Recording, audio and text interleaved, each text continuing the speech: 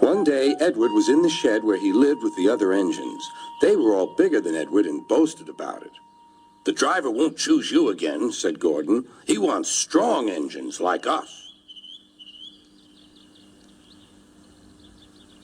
But the driver and fireman felt sorry for Edward. "Would you like to come out today?" "Oh, yes, please," said Edward. So they lit his fire, made lots of steam, and Edward puffed away.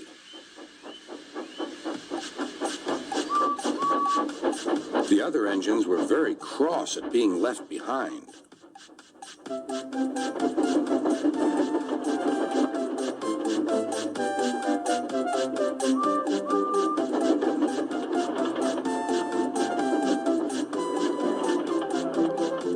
Edward worked hard all day.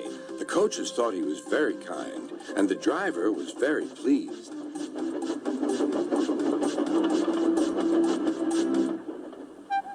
"I'm going out again tomorrow," Edward told the other engines that night. "What do you think of that?" But he didn't hear what they thought, for he was so tired and happy that he fell asleep at once. Next morning, Edward woke up to find nothing had changed. Gordon was still boasting. "You watch me, little Edward, as I rush through with the express. That will be a splendid sight for you.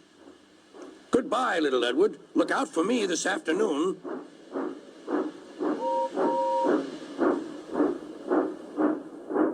Edward went off to do some shunting.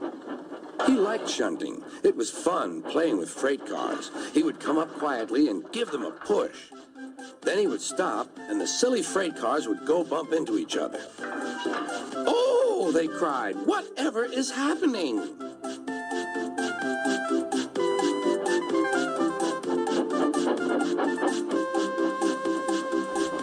Edward played till there were no more freight cars. Then he stopped to rest. Presently, he heard a whistle.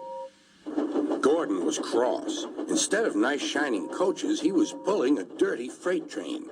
"A freight train, a freight train, a freight train," he grumbled. "The shame of it, the shame of it, oh, the shame of it." Edward laughed and went to find some more freight cars. Then there was trouble. "Gordon can't get up the hill," the porter called to Edward's driver. "Will you take Edward and push him, please?" They found Gordon halfway up and very cross. His driver and fireman were talking to him severely. "You're not trying." "I can't do it," said Gordon. "The noisy freight cars hold an engine back so." Edward's driver came up. "We've come to push." "No use at all," said Gordon. "You wait and see," replied Edward's driver.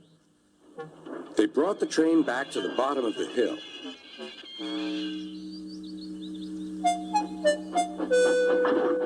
"I'm ready," said Edward. "No good," grumbled Gordon. They pulled and pushed as hard as they could.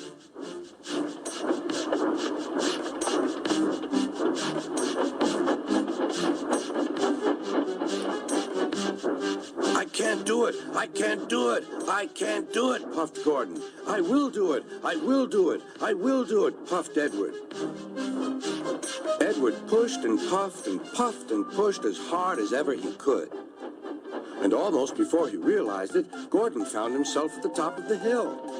"I've done it! I've done it! I've done it!" he said proudly. He forgot all about kind Edward and didn't say thank you. Edward was left out of breath and far behind, but he was happy because he had been so helpful.